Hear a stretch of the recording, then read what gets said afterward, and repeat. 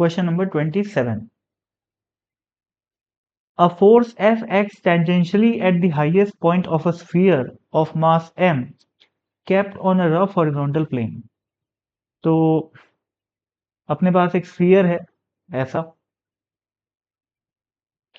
और ये एक रफ हॉरिजॉन्टल प्लेन में रखा हुआ है, तो कुछ ऐसा मान लेते हैं अपन, ये रफ है ना, और इसके टॉप मोस्ट पॉइंट पे एक ऐसे फोर्स लग रहा है टेंजेंशियल डायरेक्शन में, यानी कि इस तरीके से,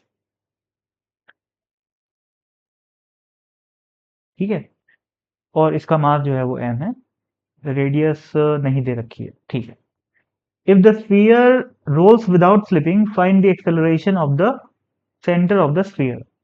तो ये जो सेंटर है उसका अपने को एक्सेलरेशन निकालना है यदि ये स्फीयर प्योर रोलिंग कर रहा है तो। अभी देखो भाई, अभी यहां पर दिक्कत क्या है ना कि फ्रिक्शन की डायरेक्शन बताना उतना ऑब्वियस नहीं है। कैसे? क्योंकि देखो, रोलिंग होगी इतना तो श्योर है कि ऐसे एंगुलर एक्सेलरेशन होगा, ठीक है। तो ये फ्रिक्शन किधर लग रहा है, एंड इस फ्रिक्शन का टॉर्क क्लॉकवाइज डायरेक्शन में ही लग रहा है, ठीक है। तो ये तो पैदा कर ही रहा है टॉर्क रिक्वायर्ड। अब फ्रिक्शन अगर ऐसा लगेगा तो भी क्या प्योर रोलिंग पॉसिबल है? क्या बिल्कुल पॉसिबल है भाई, क्यों नहीं पॉसिबल है।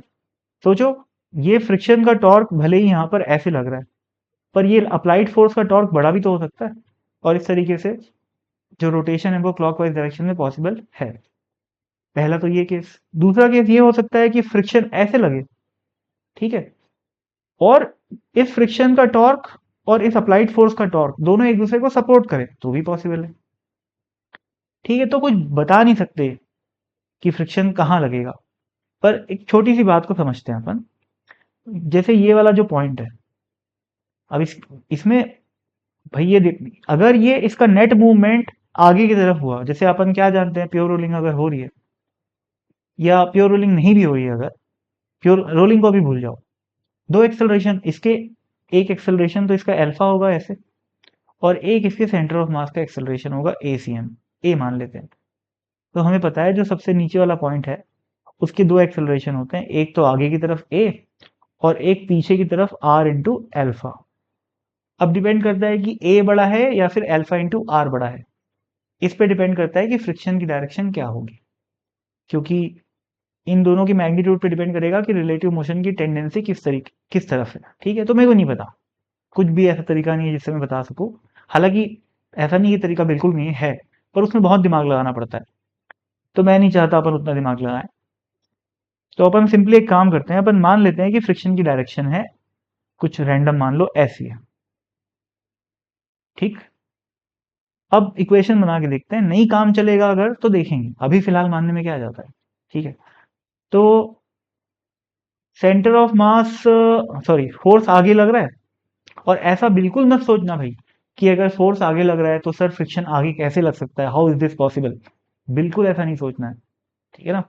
अगर अप्लाइड फोर्स आगे है तो इसका केवल एक मतलब बनता है कि सेंटर ऑफ मास आगे की तरफ जाएगा, लोअर वाला पॉइंट कहाँ जाएगा ये बात डिपेंड करती है कि इस फोर्स का घुमाव इफेक्ट ज्यादा है या फिर, सॉरी, इतना इतना टेक्निकल नहीं जाते, मतलब समझ रहे जो मैं एक्सप्लेनेशन अभी थोड़ी देर पहले दिया है ना, कुछ भी पॉसिबल है, एनीथिंग इज पॉसिबल, ठीक है। ऐसा बिल्कुल नहीं है कि फ्रिक्शन केवल पीछे पॉसिबल है, ऐसा बिल्कुल भी नहीं है। थोड़ा और खुद से सोचना, शायद और समझ में आएगा। अभी वही इक्वेशन बना लेते हैं। आगे की तरफ लग रहा है F, और फ्रिक्शन भी लग रहा है, इन दोनों का sum is the net force which will be equal to mass into acceleration. Secondly, इस फ्रिक्शन का टॉर्क ऐसा है, और अप्लाइड फोर्स का, सॉरी, इस अप्लाइड फोर्स का टॉर्क ऐसा है और फ्रिक्शन का टॉर्क ऐसा है, यानी कि दोनों एक दूसरे को अपोज कर रहे हैं। तो फोर्स का टॉर्क हो गया F इंटू आर, फ्रिक्शन का टॉर्क हो गया F इंटू आर, और that would be equal to mass into, sorry, I into acceleration. I क्या है, ये स्फीयर है, तो 2/5 mr² इंटू एल्फा, और एल्फा की वैल्यू क्या हो जाएगी, a/r हो जाएगी। कैसे? क्योंकि यहाँ पर प्योर रोलिंग हो रही है, ये क्वेश्चन में मेंशन है। तो अब देखो, ये r और ये r कट गया, ये r और ये r कट गया, तो क्या बच रहा है, f minus F is equal to 2/5 ma। अब इसको देखो, इस इक्वेशन को और इस इक्वेशन को, दोनों को ऐड कर दो, फ्रिक्शन सीधा कट जाता है, ठीक है, ये कट जाएगा ना, ये प्लस एफ है और ये माइनस एफ है, क्या बचेगा 2f, 2f is equal to M A plus 2/5 ma, यानी कि 7/5 ma। तो इससे एक्सेलरेशन की वैल्यू आ गई 10f/7m, ये आ गया आंसर। तो even without knowing the direction of friction we can calculate the value of acceleration. लेकिन अब मान लो भाई किसी को जिज्ञासा हो कि फ्रिक्शन कहाँ लग रहा है, कैसे डिसाइड करें, तो पता तो चल ही सकता है ऑब्वियसली, कैसे पता चलेगा भाई, मैंने फ्रिक्शन को आगे की तरफ माना है, तो क्या करोगे, इस ए की वैल्यू को यहां पर पुट करके देख लो, अगर फ्रिक्शन की वैल्यू यहां पर, अगर इससे, या फिर यहां पर भी देख सकते हो, कोई दिक्कत नहीं। इक्वेशन 1 और 2 की हेल्प से बस ये चेक कर लो कि फ्रिक्शन की वैल्यू कैलकुलेट होकर पॉजिटिव आ रही है या फिर नेगेटिव आ रही है। अगर फ्रिक्शन की वैल्यू पॉजिटिव आएगी, इसका मतलब हमने जो डायरेक्शन मानी है वो बिल्कुल सही है, और अगर फ्रिक्शन की वैल्यू नेगेटिव आ रही है तो हमारा अजम्पशन गलत था, फ्रिक्शन कहाँ लग रहा है, पीछे लग रहा है। ठीक है, यहाँ पर फिलहाल मैं बता देता हूँ, जब कैलकुलेट करोगे तो ये एफ की वैल्यू आएगी पॉजिटिव, ठीक है, पॉजिटिव आएगी, इसका मतलब ये है कि जो डायरेक्शन अपन लोगों ने अज्यूम किया है वो आगे ही है।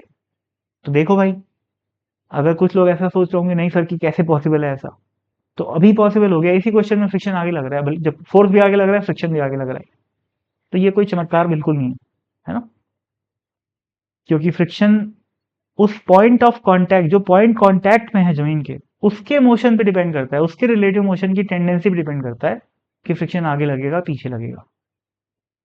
अप्लाइड फोर्स अगर राइट साइड में है तो centre of mass definitely right side ही जाएगा, ऐसा कभी नहीं हो सकता कि सेंटर ऑफ मास लेफ्ट चले जाए अगर friction, sorry, applied force right लग रहा है तो, ठीक है, लेकिन फ्रिक्शन लेफ्ट और राइट दोनों लग सकता है। हो सकता है अपने को आगे और एग्जाम्पल दिखेंगे ऐसे, तो और समझ में आ जाएगा।